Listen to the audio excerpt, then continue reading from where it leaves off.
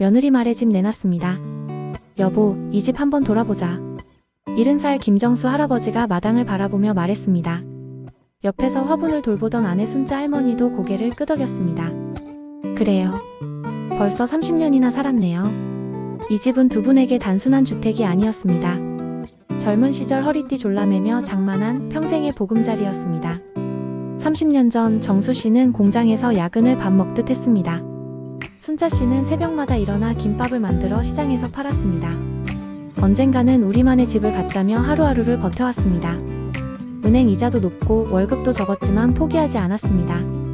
아이들에게 공부해라, 아빠 엄마가 집 마련해 줄 테니까라고 말하며 스스로를 다독였습니다. 드디어 집을 사던 날, 두 사람은 서로 붙잡고 울었습니다. 정말 우리 집이야? 그럼 이제 아무도 우리를 쫓아낼 수 없어. 첫 번째 열쇠를 돌릴 때의 그 감동을 아직도 생생히 기억했습니다. 작은 집이었지만 마당에는 감나무 한 그루와 작은 텃밭까지 있었습니다. 아들 민수와 딸 은혜가 이 집에서 자랐습니다.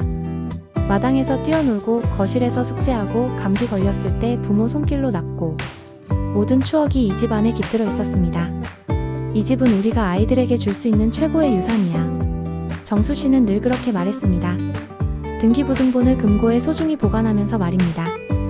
은퇴 후에도 두 분은 이 집을 더욱 아꼈습니다. 마당에 채소를 심고 벽지도 새로 바르고 보일러도 교체했습니다. 우리가 죽어도 이 집은 아이들 것이니까 관리를 잘해야지. 집 곳곳에 손길이 닿지 않은 곳이 없었습니다. 30년간 흘린 땀과 정성이 집안 구석구석에 배어 있었습니다. 그런 집이었기에 더욱 소중했습니다. 어느 일요일 오후 아들 민수가 아내 소영과 함께 집을 찾아왔습니다. 아버지, 어머니 안녕하세요. 소영이 평소보다 다정한 목소리로 인사했습니다. 순자 할머니는 반가워했습니다. 어서와 소영아. 민수야. 오랜만에 왔네. 아들 부부가 함께 오는 일이 흔하지 않았기 때문입니다. 어머니, 오늘 중요한 얘기가 있어서 왔어요. 소영이 조심스럽게 말문을 열었습니다. 정수 씨와 순자 씨는 무슨 좋은 소식인가 싶어서 귀를 기울였습니다. 요즘 부동산 시세가 많이 올랐잖아요. 특히 이 동네는 재개발 얘기까지 나오고 있어서 집값이 엄청 뛸 것 같아요. 소영이 가져온 자료를 펼쳐 보였습니다. 아버지, 어머니 보세요. 이 근처 비슷한 집이 작년보다 3억이나 올랐어요. 지금 팔면 정말 좋은 가격을 받을 수 있어요. 정수 씨는 고개를 갸웃했습니다. 팔다니 왜 집을 팔아? 소영이 환한 미소를 지으며 설명했습니다. 지금 팔아서 더 큰 아파트로 이사하시는 거예요. 아파트요? 순자 씨가 의아해했습니다. 우리는 이 집이 좋은데요. 소영이 더욱 열성적으로 설득했습니다. 어머니, 아파트가 훨씬 편해요. 엘리베이터 있고 관리사무소에서 다 관리해주고 게다가 이 집 팔아서 아파트 들어가면 돈도 남아요. 그 돈으로 편하게 사시면 되잖아요. 민수도 아내 편을 들었습니다. 아버지, 소영이 말이 맞는 것 같아요. 이 집은 너무 오래돼서 수리할 곳도 많고 계단도 가팔라서 나이 드시면 불편하실 거예요. 정수 씨는 아직 확신이 서지 않았습니다. 하지만 이 집은 우리 추억이 많이 담긴 곳인데. 소영이 재빨리 대답했습니다. 추억은 마음속에 간직하시면 되잖아요. 현실적으로 생각하셔야죠. 소영은 이미 알아봐둔 아파트 정보까지 가져왔습니다. 이 아파트 어떠세요? 새로 지어서 깨끗하고 병원이랑 마트도 가까워요. 무엇보다 엘리베이터가 있어서 편하시죠? 정수 씨와 순자 씨는 흔들리기 시작했습니다. 나이가 들면서 계단 오르내리기가 힘들어진 것도 사실이었고 겨울에는 난방비도 많이 나왔기 때문입니다. 어머니는 어떻게 생각하세요? 소영이 시어머니의 눈을 똑바로 바라보며 물었습니다. 순자 씨는 망설였습니다. 글쎄요. 갑자기 이런 얘기를 하니까 어리둥절해요. 이 집에서 평생 살 생각이었는데. 소영이 순자 씨의 손을 잡았습니다. 어머니, 변화를 두려워하시면 안 돼요. 지금이 기회예요. 정수 씨도 고민이 깊어졌습니다. 하지만 집을 파는 건 큰일인데 성급하게 결정할 일은 아니지 않나? 민수가 아버지를 설득했습니다. 아버지, 부동산은 타이밍이 중요해요. 지금 놓치면 나중에 후회할 수도 있어요. 소영도 거들었습니다. 맞아요. 지금 집값이 최고점인데 언제 또 이런 기회가 올지 몰라요. 순자 씨는 여전히 확신이 서지 않았습니다. 소영아, 우리가 이 집에서 30년을 살았어. 마당의 감나무도 방마다 있는 추억도. 어머니, 그런 것보다 실용적으로 생각하세요. 소영이 순자 씨의 말을 자르며 말했습니다. 감상에 젖어서 기회를 놓치면 나중에 더 후회하게 될 거예요. 며칠 후 소영은 다시 집을 찾아왔습니다. 이번에는 부동산 중개업소 자료와 함께였습니다. 어머니, 제가 발품을 팔아서 알아봤어요. 정말 좋은 조건이 나왔어요. 소영은 준비해온 계산서를 보여주었습니다. 이 집 팔면 5억, 아파트는 3억 5천만 원이면 들어갈 수 있어요. 1억 5천만 원이 남는 거예요. 민수도 아내를 적극 지지했습니다. 어머니, 아버지, 소영이가 이렇게 열심히 알아봐줬는데 한번 생각해보세요. 정수 씨는 아들의 말에 마음이 움직였습니다. 우리 며느리가 이렇게 생각해주는데. 순자 씨도 점점 설득되어 갔습니다. 그래도 갑작스럽네요. 결국 일주일 후 가족회의에서 결정이 났습니다. 좋아, 한번 해보자. 정수 씨가 결론을 내렸습니다. 순자 씨는 여전히 아쉬웠지만 가족 모두가 찬성하는데 혼자 반대하기는 어려웠습니다. 그럼 계약은 언제 하나요? 소영이 기다렸다는 듯이 물었습니다. 빠를수록 좋죠. 집값이 언제 변할지 모르니까요. 한 달 후 계약이 완료되었습니다. 30년간 살던 집이 팔렸고 새로운 아파트에 잔금도 치렀습니다.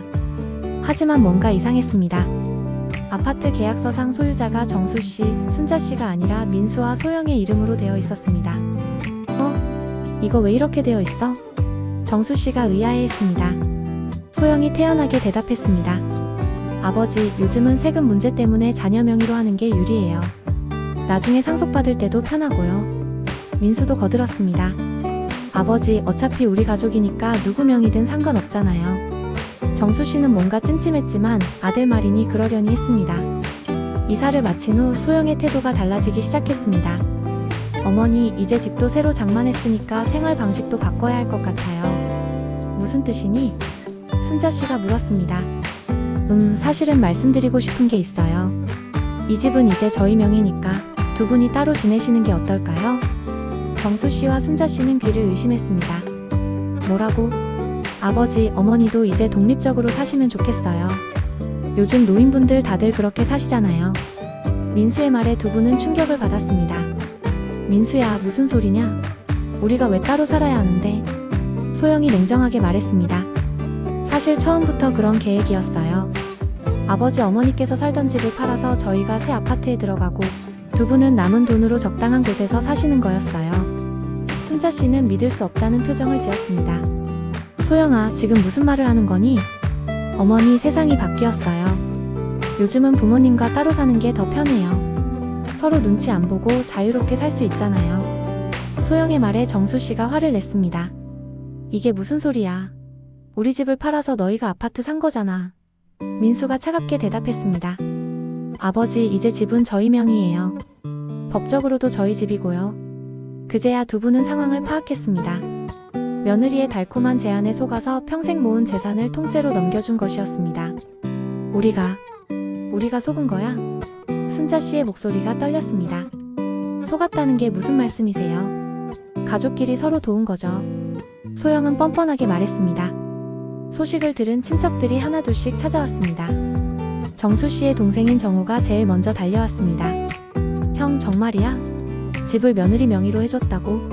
정수 씨는 고개를 떨구며 대답했습니다. 내가 바보였어. 가족이니까 믿었는데. 정우는 한숨을 쉬었습니다.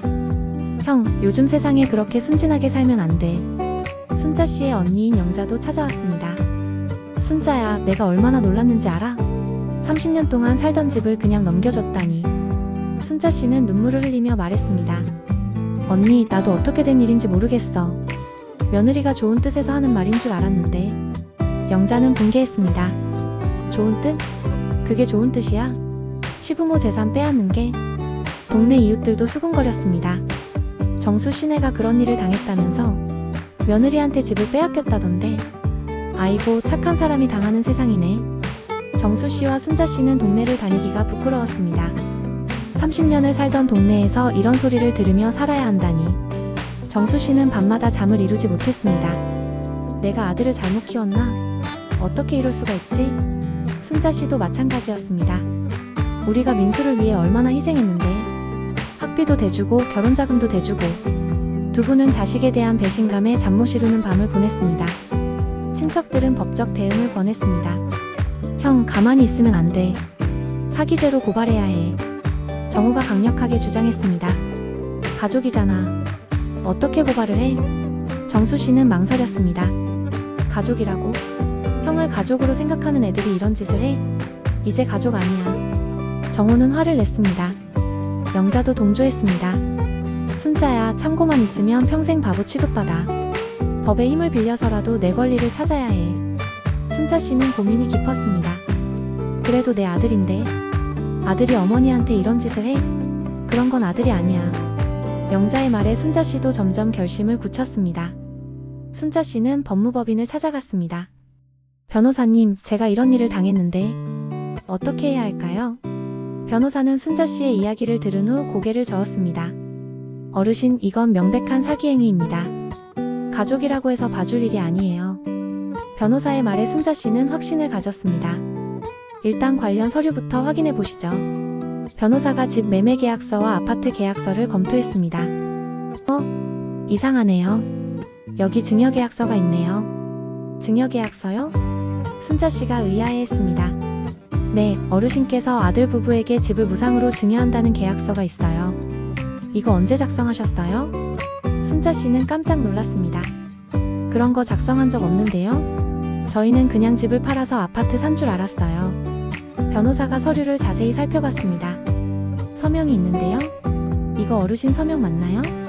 순자 씨가 보니 자신의 서명이 맞았지만 언제 그런 걸 썼는지 기억이 없었습니다. 아, 이제 기억나네요. 소영이가 서류에 서명해달라고 했는데 그게 뭔지 자세히 안 읽어봤어요. 순자 씨가 말했습니다. 변호사는 고개를 끄덕였습니다. 그렇다면 이건 기망에 의한 계약이에요. 어르신이 진실을 알았다면 절대 서명하지 않았을 거니까요. 변호사는 더 자세한 조사가 필요하다고 했습니다. 어르신, 혹시 며느리가 이런 계획을 미리 세웠다는 증거가 있나요? 녹음이라든지 메시지라든지. 순자 씨는 생각해봤습니다. 글쎄요. 아, 맞다. 소영이가 친구한테 전화하는 걸 들었어요. 어떤 내용이었나요? 시부모 집만 우리가 가져오면 평생 편하게 산다고 하더라고요. 그때는 농담인 줄 알았는데. 변호사의 표정이 밝아졌습니다. 그거 정말 중요한 증언이에요. 혹시 그 통화를 들은 다른 사람이 있나요? 네, 이웃집 김 여사님이 같이 들었어요. 변호사는 희망적인 전망을 내놨습니다. 증거만 충분히 모으면 승산이 있어요.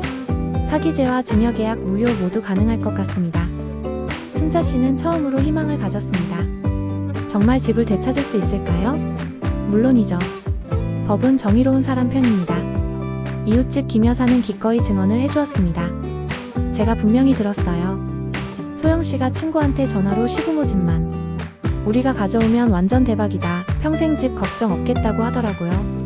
김 여사의 증언은 매우 구체적이었습니다. 그때 순자씨랑 같이 있었는데 순자씨도 들었어요. 더욱 결정적인 증거가 나왔습니다. 소영이 친구에게 보낸 카카오톡 메시지였습니다. 소영의 친구가 양심상 견디다 못해 순자씨에게 보여준 것이었습니다. 언니, 계획대로 됐어. 시부모님 집 우리가 다 가져왔어. 키읔키읔키읔 이제 우리 집이야. 대단하다. 어떻게 했어? 처음부터 계획이었어. 집 팔아서 아파트 사는 거라고 속였지. 메시지는 더 있었습니다. 시부모님들은 지금 어디 살아? 그건 걔네가 알아서 해야지. 우리가 왜 책임져? 키읔키읔키읔 너 정말 무섭다. 유유 세상이 각박해. 착하게만 살면 당해. 메시지를 본 순자씨는 분노로 떨었습니다. 이렇게까지 계획적이었다니. 변호사는 이 증거들로 충분히 승소할 수 있다고 확신했습니다. 이건 완벽한 사기죄입니다. 게다가 증여계약서도 기망에 의한 것이므로 무효예요. 법원에 소장을 접수했습니다. 사기죄 고발과 함께 증여계약 무효 소송도 동시에 진행하기로 했습니다. 민수와 소영은 법원에서 소장을 받고 당황했습니다. 어머니가 정말 고소를 한 거야? 민수가 믿을 수 없다는 표정을 지었습니다. 당연하지. 우리가 이런 짓을 했는데. 소영은 오히려 당당했습니다. 괜찮아, 증거가 뭐 있겠어. 우리가 부인하면 돼. 하지만 증거는 너무나 확실했습니다. 카카오톡 메시지, 이웃의 증언, 녹취록까지. 민수와 소영의 변호사도 고개를 저었습니다. 이건 변호하기 어려운 사건입니다. 합의를 권합니다. 소영은 마지막까지 버텼지만 증거 앞에서는 어쩔 수 없었습니다. 첫 번째 법정 공판에서 모든 증거가 공개되었습니다. 판사는 소영의 카카오톡 메시지를 읽어주었습니다. 계획대로 됐어. 시부모님 집 우리가 다 가져왔어. 법정에 있던 사람들이 웅성거렸습니다. 민수는 얼굴이 새빨갛게 달아올라 고개를 들 수 없었습니다. 판사가 소영에게 물었습니다. 피고인은 처음부터 시부모님을 속일 계획이었습니까? 소영은 변명했습니다. 그게 아니라 그냥 농담으로 한 말이에요. 농담으로 했다고 하는데 실제로는 어떻게 했습니까? 실제로는 계획대로 했습니다. 소영의 자백에 법정이 술렁거렸습니다. 증인으로 나온 김 여사의 증언도 결정적이었습니다. 피고인 소영씨가 친구와 통화하면서 시부모님은 바보같이 속아 넘어갔다고 웃으면서 말하는 걸 직접 들었습니다. 판사는 고개를 저으며 소영을 바라봤습니다. 이런 계획적인 사기 행위는 용납할 수 없습니다. 판결은 명확했습니다. 증여계약은 기망에 의해 이루어진 것으로 무효이며 아파트는 원소유자에게 돌려줘야 합니다. 또한 피고인들은 사기죄로 벌금 2천만 원을 부과합니다. 순자 씨는 눈물을 흘렸습니다. 기쁨의 눈물이었습니다. 법원을 나서면서 민수가 어머니에게 다가왔습니다. 어머니, 죄송합니다. 민수는 무릎을 꿇었습니다. 제가 정말 잘못했어요.